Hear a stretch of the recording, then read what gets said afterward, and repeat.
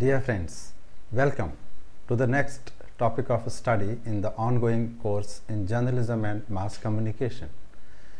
This unit deals with the crucial issues of media ethics and law. In the previous discussion on this subject, we had talked about the broader themes of ethics in the media, the situations when questions related to media ethics generally rise and agitate the people's minds, and the role of various organs of society, namely the government, the corporate sector, and the media organizations themselves in upholding ethics. Now, we shall discuss the mechanisms available for providing relief and redress to those who have been aggrieved by the media. The first such institution that we shall take up is the Press Council of India. The press councils are the offshoots of the 20th century press. The councils were set up in Britain in 1953 on a voluntary basis and in India in 1966 by a statute with a view to checking press abuses. In Britain, the Press Council was replaced by the Press Complaints Commission, or the PCC, on 1st January 1991, and since then the PCC has been doing the job of self-regulating the press in the UK. In India, the Press Council of India was abolished in 1975 after the promulgation of internal emergency, but it was set up again in 1978 through another statute. However, in the global scenario, the first Press Council was established in Sweden in 1916 and the first Press Ombudsman was appointed in the USA. There might be some difference in the philosophy of the governments and in the general climate and traditions of freedom in these countries, but nevertheless, their experience has value for the students of ethics in the media today. It also must be noted that from within the community of journalists, there has been opposition to the idea of the press councils, but most believe that since journalism is a social activity and not a private activity, therefore a structured working of journalists and the media as such is imperative, and that demands some monitoring as well. Journalists at times are careless about the impact on the public of what they are writing. Sometimes they publish incorrect stories, twist facts and give only one side of the story, ignoring the other, and if this situation persists, newspapers will slowly but surely lose public sympathy, support, and without that sympathy and support, no constitution, no law, or no court can serve the purpose or serve the cause of press freedom. That is why a mechanism of self-regulation of the press is considered to be the most suitable. So, the Press Council of India. During the British rule in India, press freedom was one of the cherished goals of the freedom fighters in India, and after independence, when the Constitution of India was being written, the country was being partitioned and there was large-scale communal violence in the country as well as in the newly created country in the neighborhood. Thousands of refugees were coming into India from Pakistan, and in 1948 there was a war with Pakistan over Kashmir in Kashmir. Due to the shadow of tremendous political upheavals, the framers of the Indian Constitution did not pay sufficient attention to the issue of press freedom. They wanted to introduce the apparatus of controls wielded by the British into the constitutional structure of India. The Indian Constitution guarantees the fundamental right of freedom of speech and expression to every citizen of India as per Article 19(1)(a) of the Constitution, subject to certain reasonable restrictions specified in the Article 19(2). The High Courts and the Supreme Court are empowered to interpret these articles and declare the law whenever a case comes to them. There is no specific right of the freedom of the press, and the freedom of expression includes such a freedom. The Supreme Court, incidentally, does not see the right of the press going beyond the rights of the ordinary citizen. Just after the enforcement of the Constitution on January 26, 1950, the government felt the need to put more restrictions on the press than were enumerated in Articles 19(1) and (2). Because the Supreme Court and the High Courts had overruled the executive in a number of cases where newspapers had been penalized for publishing certain matters which offended the government. The court's view was that the Constitution of India had, in Article 19(2), expressly defined the limitations which might be imposed on freedom of expression. According to the courts, these limitations were for preventing libel, slander, defamation, contempt of court, or offences against decency or morality, or offences undermining the security of the state or tending to overthrow the state. The government then introduced the Constitution First Amendment Bill in 1950. One of the objectives of this bill was to add new grounds to the Article 19(2) for imposing restrictions on the press. There were strong protests against the bill, both from the press and from leading public figures. In order to pacify the press, the then Home Minister C. Rajagopalachari offered to refer all questions affecting the freedom of the press to a jury panel composed of editors. During the debate in Parliament, some members of Parliament expressed concern over the entry of big industrialists into the newspaper business. The then Prime Minister, Jawaharlal Nehru, said that the government was prepared to appoint a committee or commission, including representatives of the press, to examine the state of the press in India.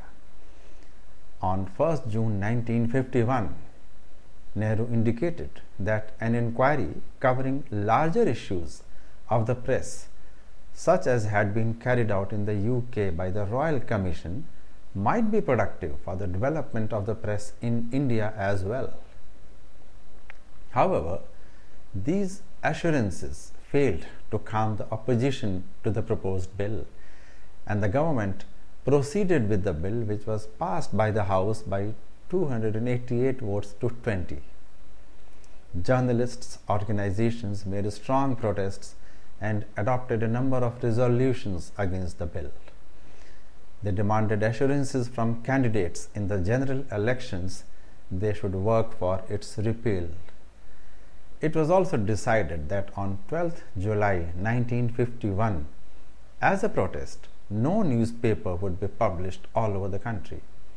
However, the protests could not be carried out fully across India, perhaps because some newspapers were not willing to antagonize the government.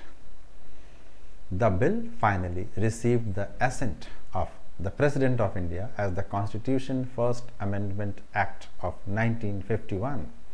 Later, in the same year, the government introduced the Press Incitement to Crime Bill.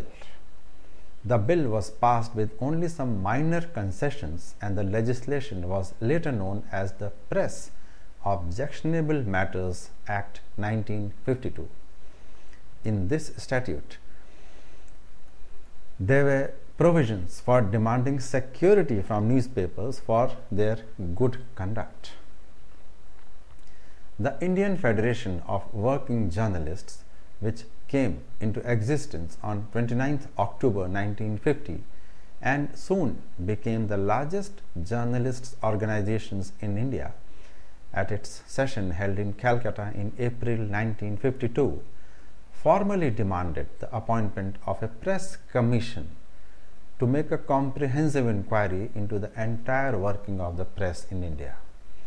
The demand was considered by the government, and in May the same year, the President of India, while delivering his address to the Parliament, announced that the government hoped to appoint in the near future a commission to consider various matters connected with the press.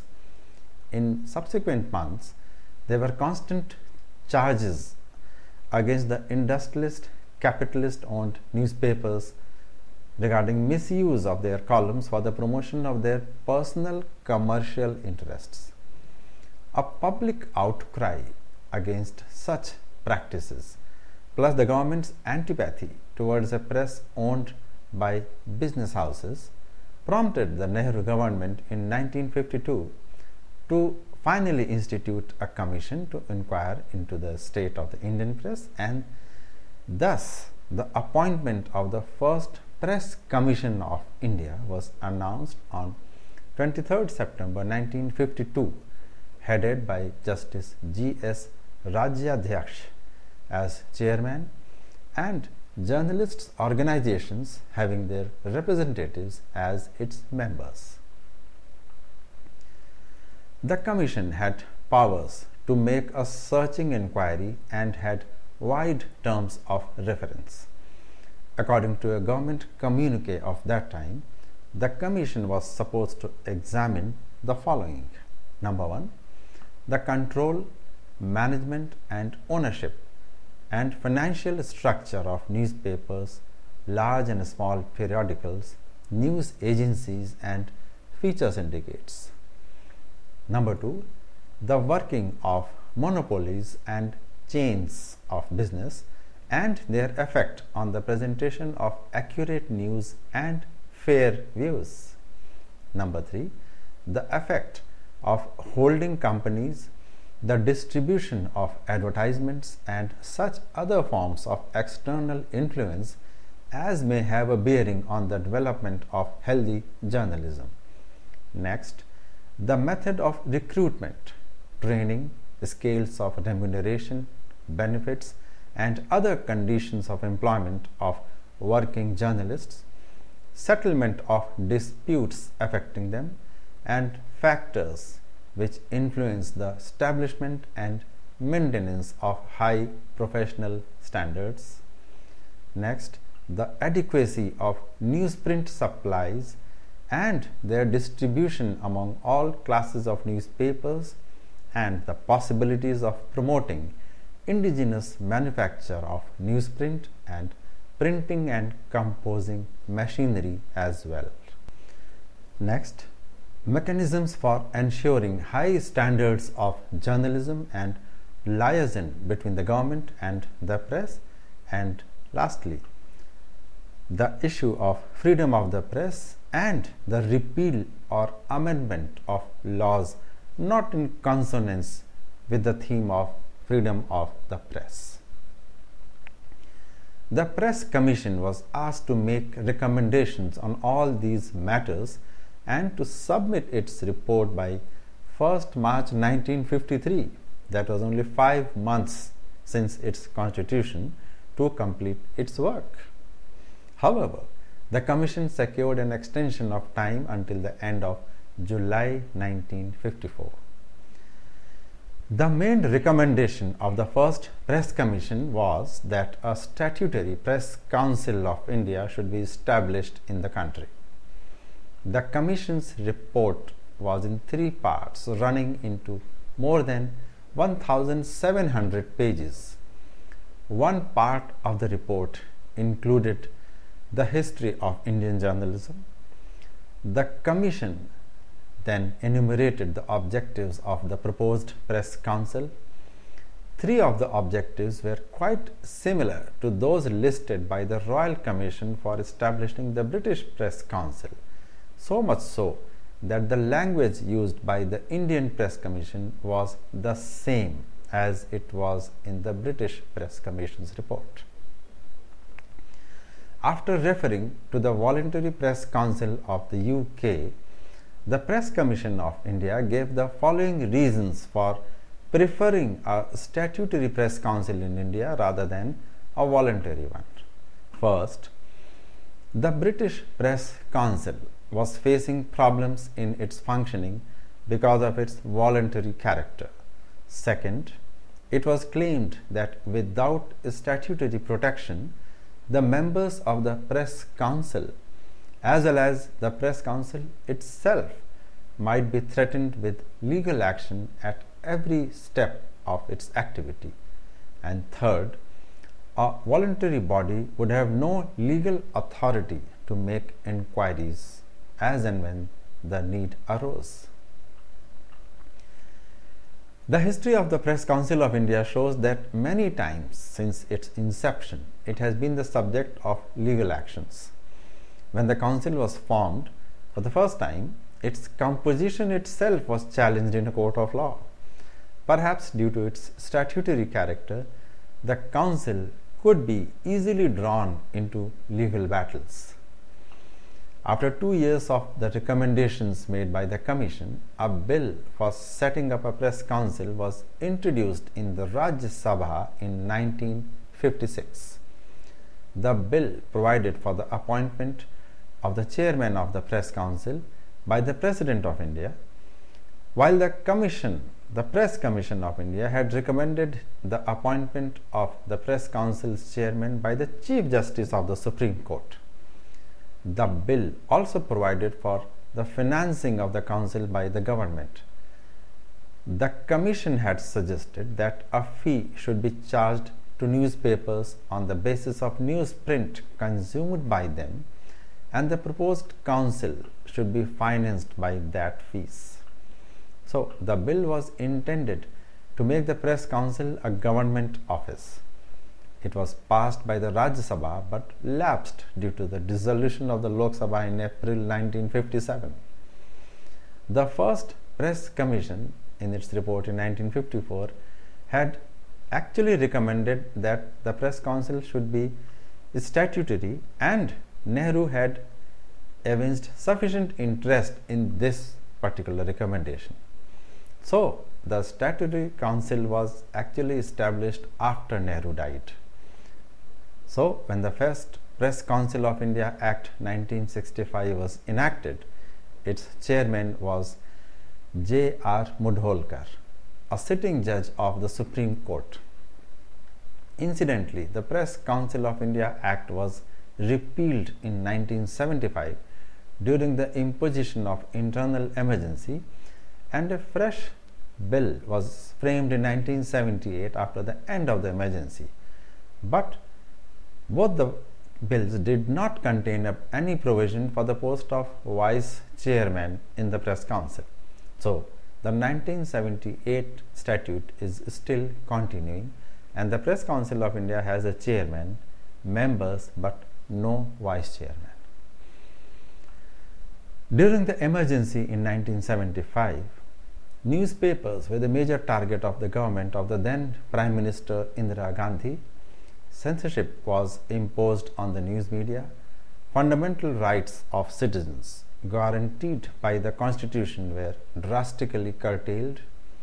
During this period, on 8th December 1975, an ordinance was passed by the President of India which stated that the Press Council was to be abolished on the expiry of its term on 31st December 1975, and later in February 1976, the Press Council Act was repealed.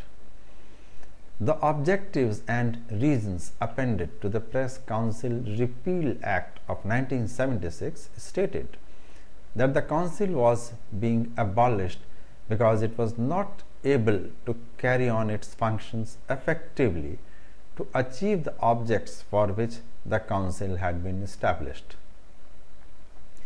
Had the Press Council not been a statutory body and not funded by the government, it would not have abandoned its role so easily in the emergency days, at a time when it was needed actually to preserve press freedom. In fact, during the emergency, government advertising was banned in those newspapers who resolutely resisted government pressures. So, when the internal emergency ended in 1977 and Indira Gandhi lost power in the general elections that followed, the new government, headed by the Prime Minister Morarji Desai, introduced fresh legislation for establishing a press council, and the draconian law, the Prevention of Publication of Objectionable Matter Act, was also revoked. A former judge of the Supreme Court, Justice A. N. Grover, was appointed as chairman of the reconstituted Press Council on 3rd April 1977. The salient features of the Press Council of India are as follows. It is empowered to take up complaints against individual journalists, including freelance journalists. It can also take up complaints regarding advertisements. It is required not only to maintain high standards of journalistic ethics, but also to keep under review any development likely to create impediments to the free functioning of the press.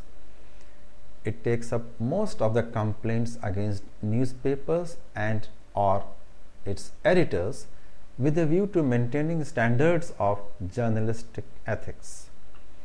It also adjudicates complaints against the government in order to fulfill its obligations given in the latter part of the above objective.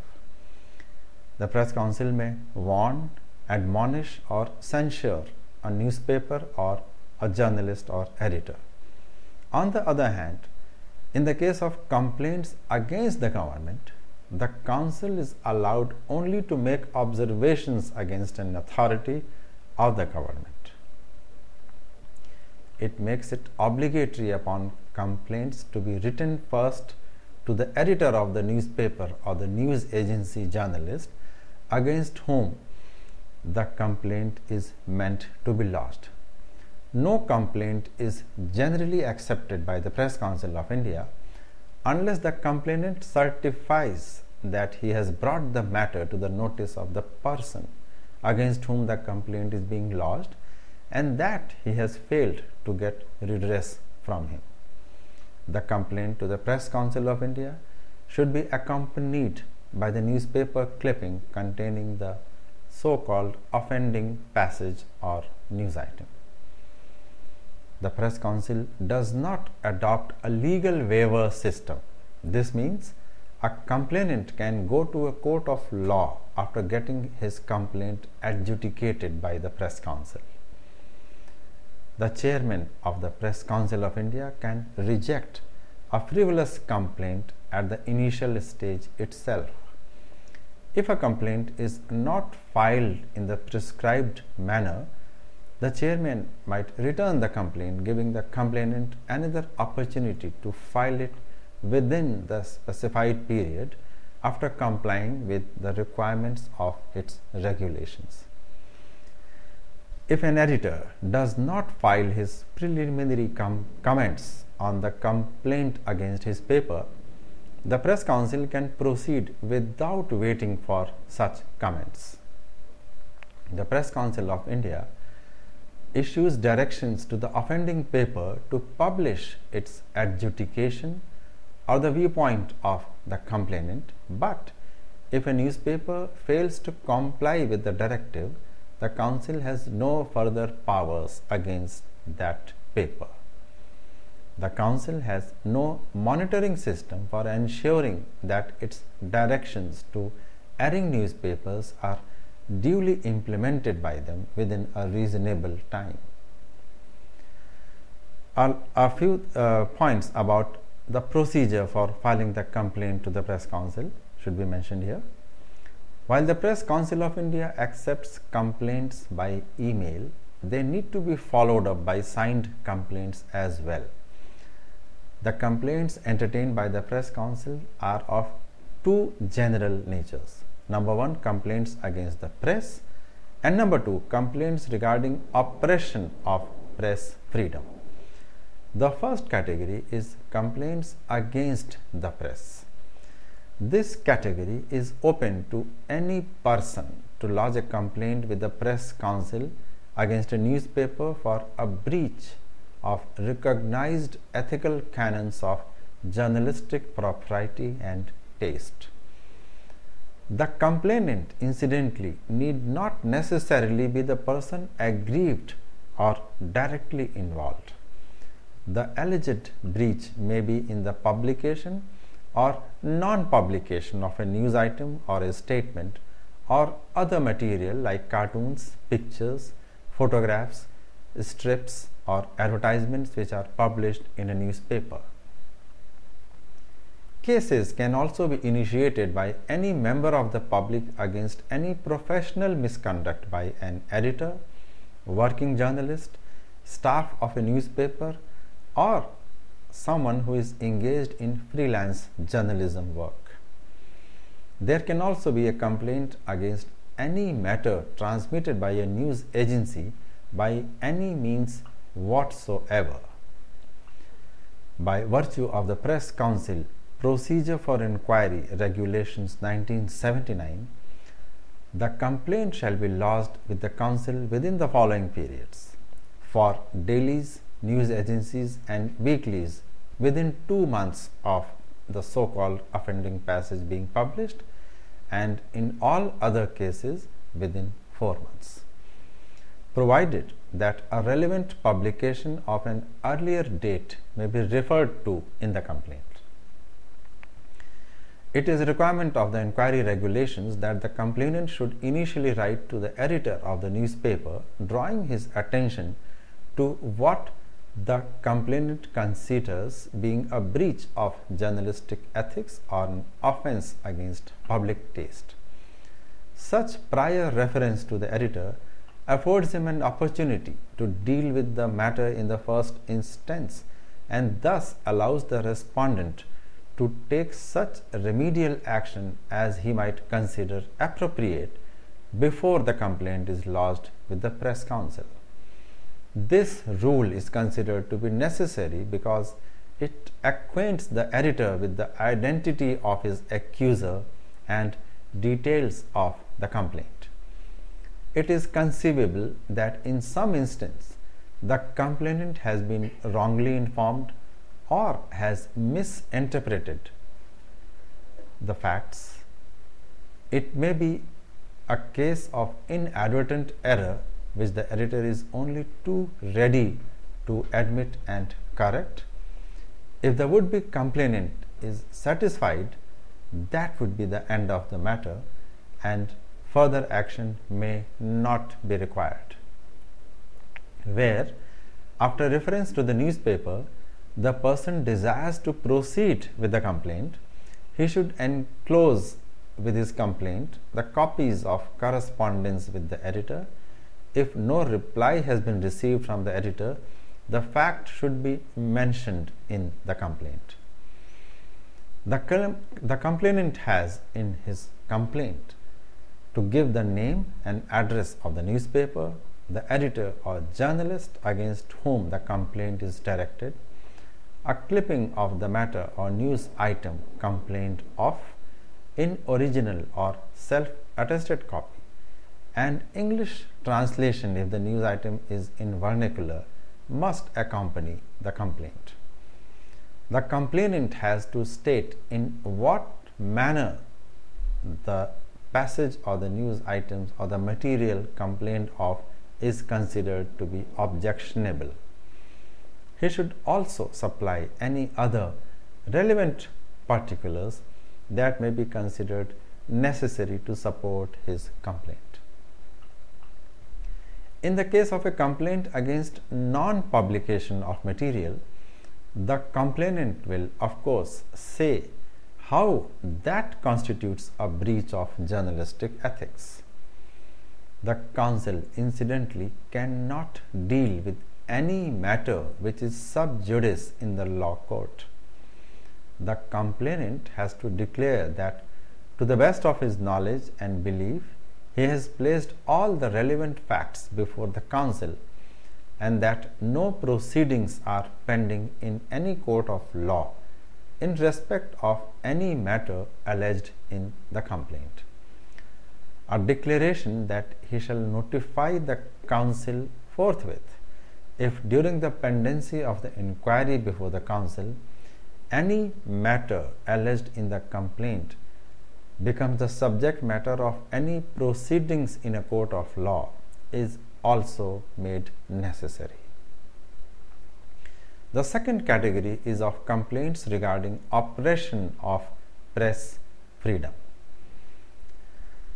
A newspaper, a journalist, or any other institution or individual can complain against the central government or the state governments or any organization or any person for interfering with the free functioning of the press or encroachment on the freedom of the press. Such complaints should contain full particulars of the alleged infringement, whereupon the press counsel shall follow the procedure of inquiry set out above, as the case may be. The opinion expressed by the counsel serves two useful purposes. Number one, that any abuse of press freedom does not pass without anybody noticing it or raising a finger of protest, and two, that the press should not, in its own interest, indulge in scurrilous or other objectionable writings such as have been considered below the level of recognized standards of journalistic ethics by a fair-minded jury like the council constituted of the press itself, for it would lead to the very loss of the much prized freedom of the press. It is a requirement of the inquiry regulations that the complainant should draw the attention of the respondents or the authorities towards the grievances, say how the action or inaction of the respondent authorities amounts to curtailment of the freedom of the press, mention the possible reason for the action or inaction of the respondents or authorities duly supported by a documentary evidence, and furnish a copy of the letter written to the respondents or authorities. In case the action of the respondents or authorities is a reprisal measure for writings in the newspaper critical of the respondents, the cuttings of such reports must be furnished in original or as self-attested copies, and naturally with an English translation if the original is in vernacular. So, this is in brief everything that those wishing to enter the profession must know about the press council, how it was constituted, how it functions, what kind of complaints it can look into, and what kind of action or suggestions it can make. Now we move to the other important aspect related to the freedom and ethics of the media, that is, the laws concerning the press. In societies which followed communism and totalitarianism, like the former USSR and China, there were limitations of what the media could say about the government. Almost everything that was said against the state was censored for the fear of any possible revolution among the public. On the other hand, in countries with liberal democracy like the USA, almost everything was and is allowed in the media to be written or spoken out. In the Indian perspective and within its system of parliamentary democracy, the press is free but subject to certain restrictions imposed by the Constitution of India as mentioned earlier. Before the impact of globalization was felt, the mass media was more tightly in control of the government, but now the situation has changed. When we say the media, we include productions in the area of print, radio, video, films, web, and also the global information systems. Whereas it is advisable to impose certain legal checks and bounds on transmission and communication, there is also the need to have checks in place so that the genuine freedom of the press is not curtailed. Let's have a look at the historical perspective of laws concerning the media. Mass media laws in India have a long history and they are deeply rooted in the country's colonial experience under British rule. The earliest regulatory measures can be traced back to 1799 when Lord Wellesley promulgated the press regulations. These regulations had the effect of imposing pre-censorship on the nascent newspaper publishing industry in India under British rule. In 1835, the Press Act was promulgated, which undid most of the repressive features of earlier legislations on the subject.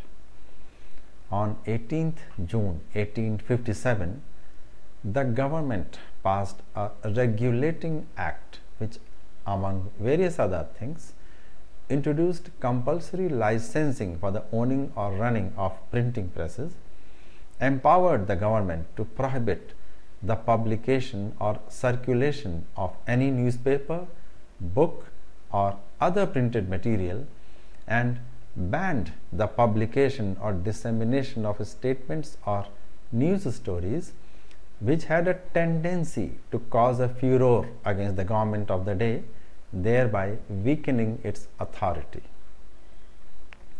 Then followed the Press and Registration of Books Act in 1867.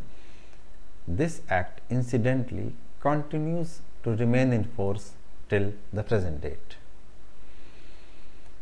Governor General Lord Lytton promulgated the Vernacular Press Act of 1878, allowing the government of the day to clamp down on the publication of writings deemed seditious and to impose punitive sanctions on printers and publishers who failed to fall in line. In 1908, Lord Minto promulgated the Newspapers Incitement to Offences Act 1908, which authorized local authorities to take action against the editor of any newspaper that published matter deemed to constitute an incitement to rebellion. We can see here that all the laws promulgated during the British rule in India by the British government were intended to curb the voice against the British rule and the voice which was generally coming from those who were votaries of independence of India. When the Constitution of India was brought into force in January 1950, the freedom of the press as a theme was actually incorporated in the statute to empower the press to disseminate knowledge to the masses, and the Constituent Assembly therefore decided to safeguard this freedom of the press as a fundamental right. Although the Indian Constitution does not expressly mention the liberty of the press, it is evident that the liberty of the press is included in the freedom of the speech and expression under Article 19(1)(a). It is, however, pertinent to mention that such freedom is not absolute but is qualified by certain clearly defined limitations under Article 19(2) in the interests of the public, as has been mentioned earlier. It is necessary to mention here that this freedom under Article 19(1)(a) is not only confined to newspapers and periodicals, but also includes publications like pamphlets, leaflets, handbills, circulars, and every sort of publication which affords a vehicle of information and dissemination of opinion among the masses.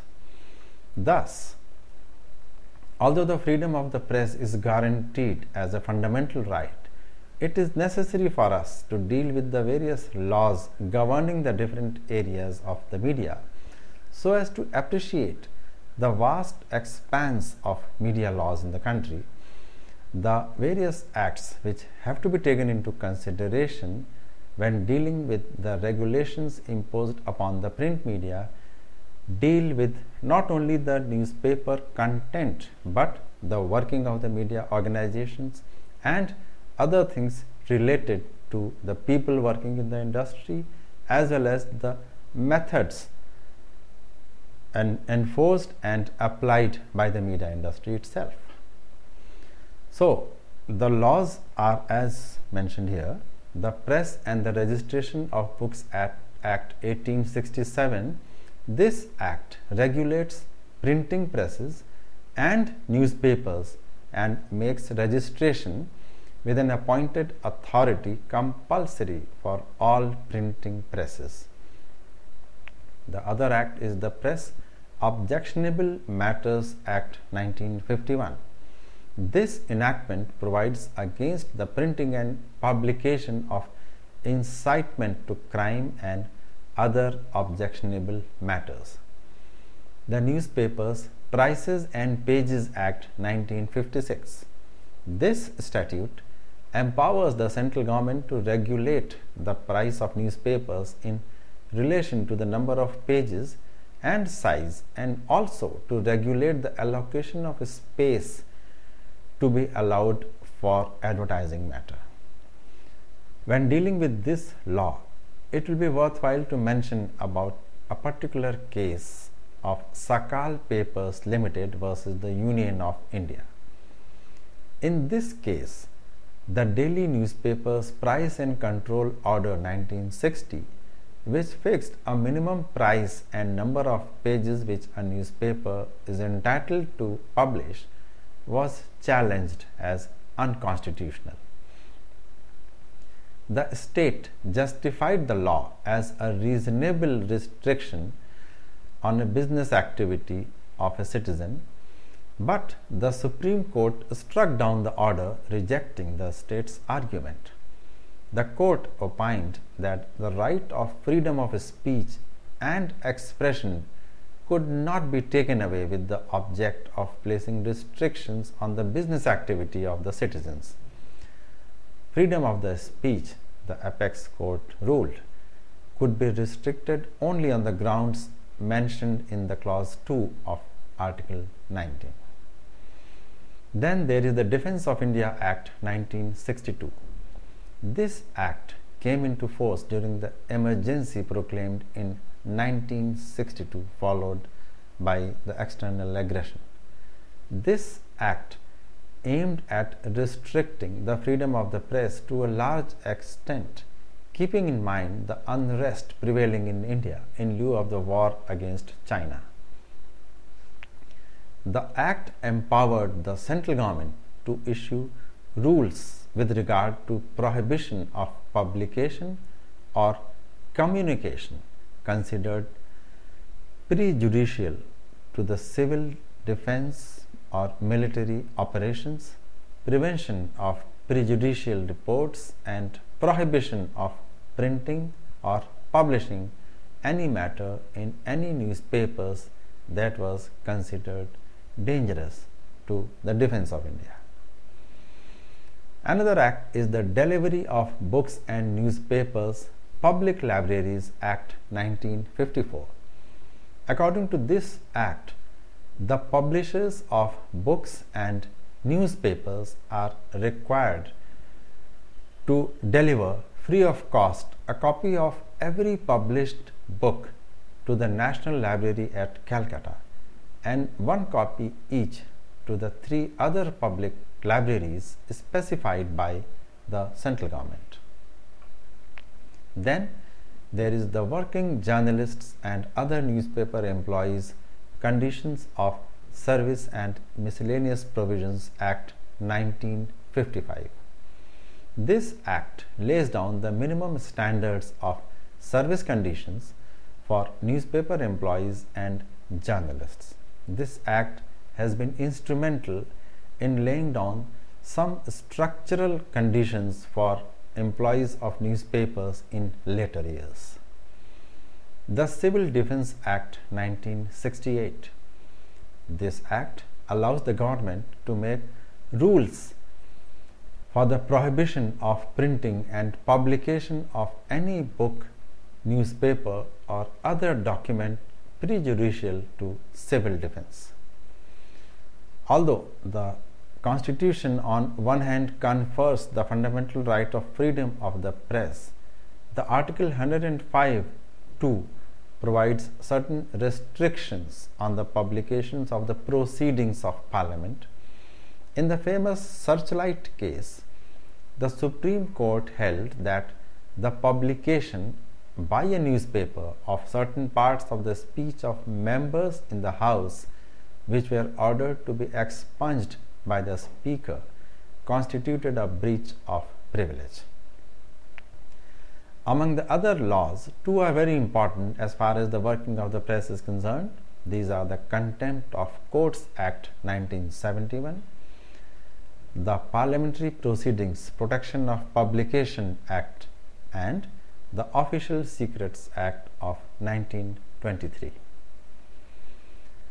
The Contempt of Courts Act 1971.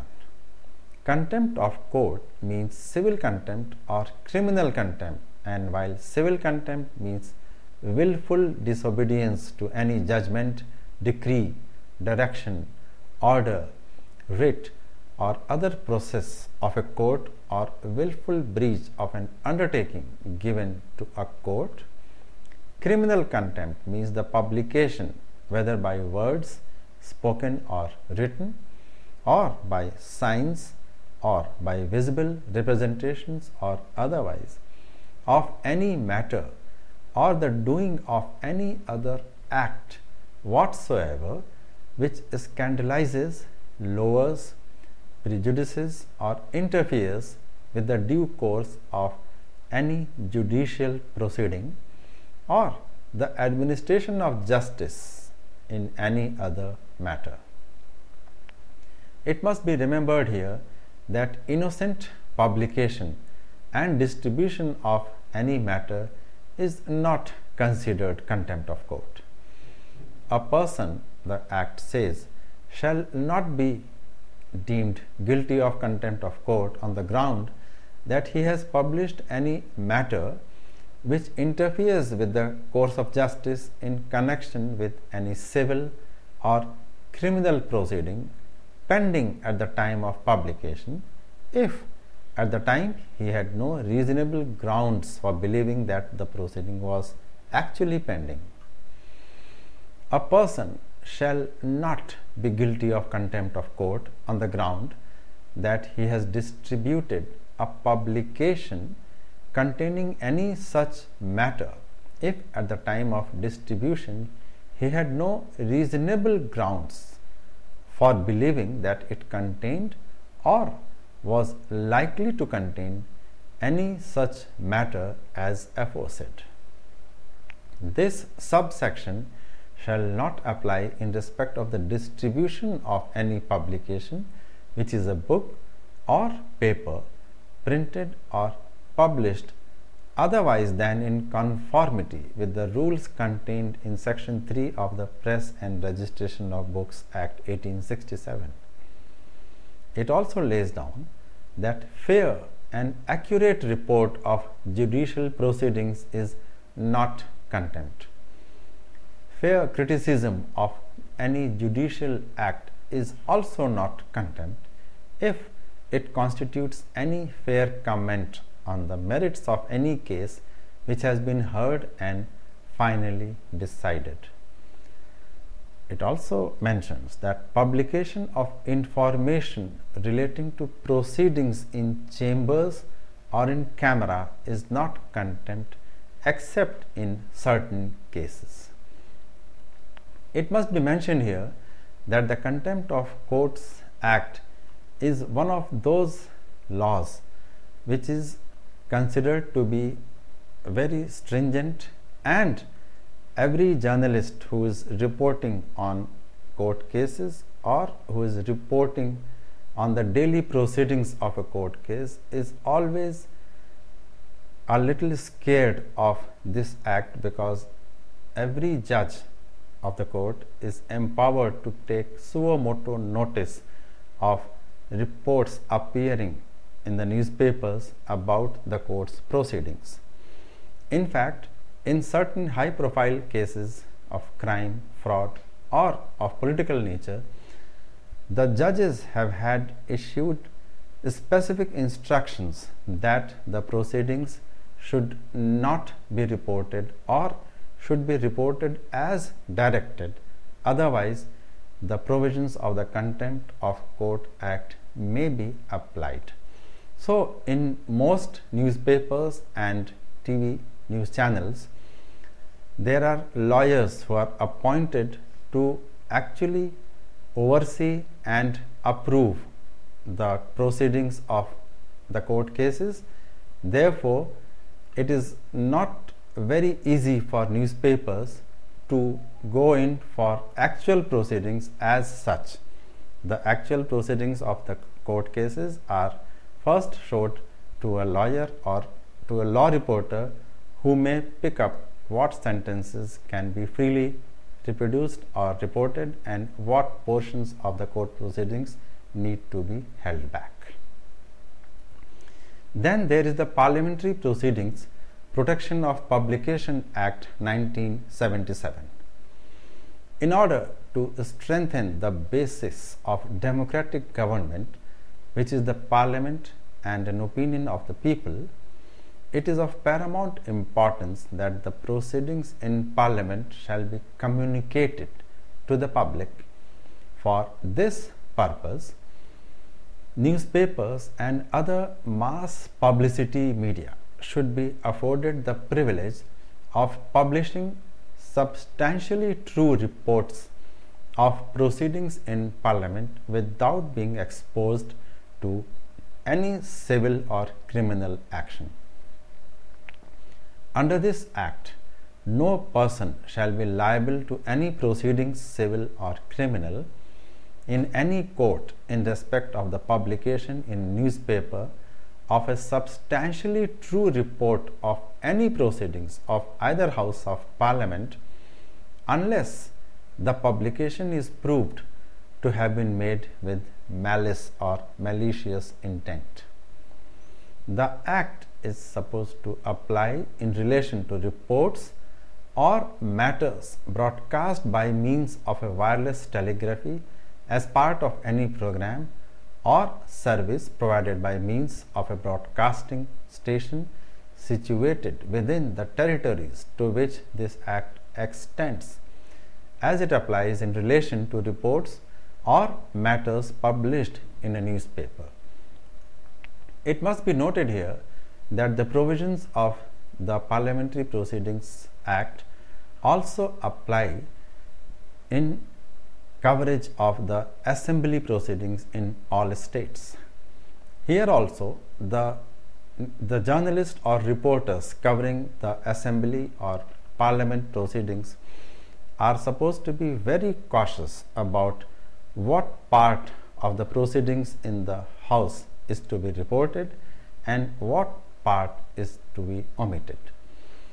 Here also, the Speaker of the House, whether it is the Lok Sabha or the Vidhan Sabha in the states, can take notice of whatever appears the next day and haul up the publication or the journalist for having committed a contempt if the publication of that particular report is considered to be contemptuous. In most cases, therefore, the proceedings of the Parliament, the Houses of Parliament and the Assembly are cleared by a panel of senior editors, including experts on parliamentary proceedings, so that the provisions of Contempt of Parliamentary Proceedings Act are not applied on newspapers. Then we come to the Official Secrets Act 1923. This act, enacted on April 2, 1923, is a fairly wide and comprehensive piece of legislation which, if enforced as per letter and spirit, could make every publishing activity guilty of some offense or the other. It covers a wide range of activities as being detrimental to the safety and security of India. These include being in the vicinity of government offices or security camps, being found in possession of documents or items, impersonation and harboring a spy besides others. The items which are covered include any communication, photograph, sketch, plan, model, article, note, document, piece of information, substance, effect or description, their possession or copying, munitions of war including the whole or any part of any ship, submarine, aircraft, tank or similar engine, arms and ammunition, torpedo or mine intended or adapted for use in the war, and any other article, material or device, whether actual or proposed, intended for such use. If any person, for any purpose prejudicial to the safety or interests of the state, approaches, inspects, passes over, or is found or caught in the vicinity of, or enters any prohibited place, or makes any sketch, or is found in possession of, or communicates to any other person any secret official code which is calculated to be, or might be, or is intended to be useful to an enemy, shall be punishable with imprisonment for a term ranging from 3 years to 14 years, depending upon the importance of the place or document in question. As is evident from this very brief description of the Official Secrets Act, it gives wide powers to the enforcing agencies to book anyone who they think is acting suspiciously or may cause harm to the security establishment.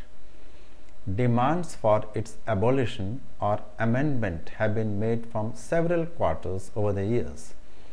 If used with malicious intent, every act of news gathering could be termed as an offense under this act. In fact, entering certain government offices, being seen with a camera or a notepad around such offices, talking to people who are working on sensitive positions in certain offices, or trying to copy or note down notings from documents in certain offices are also covered as being offense under the Official Secrets Act. One can imagine that for a journalist who is covering, say, the Defense Ministry or certain other offices for the purpose of journalistic work or reporting on events related to such departments, is always open to being caught or questioned, detained or even prosecuted under the Official Secrets Act. The fact remains that every journalist who covers such sensitive areas such as civil aviation or defense or police or military and so on is always under constant danger of being booked under this act, and it is only because of the prevailing feeling and philosophy of freedom of the press that such action is generally not taken after it is ensured that the journalist was merely doing his duty. But the fact remains that the act, if used to its letter and spirit, and if used with malicious intent, can prohibit every act of news gathering activity and also being seen close to or near an office of sensitive nature as being an offense, and therefore reporting about the proceedings or working of such offices would never be possible. With this, we come to the end of this lecture. As we have seen, the subject of monitoring the activities of the press has always commanded great attention of the government before and after independence. Independent India saw the establishment of a Press Council of India for looking into specific complaints or grievances against the media, while the laws concerning the media give wide powers to the enforcement agencies. Besides, there are many laws that control various aspects of the media houses as well. For example, there are laws that control the use of electricity, telecom lines, working conditions of employees, their wages, their disputes, and so on, that are covered by various laws of the land. So, in the next and concluding discussion on the subject, we will look into the laws concerning the audiovisual media and some new situations that have arisen before the media as far as the ethics are concerned. My best wishes till then, and thank you.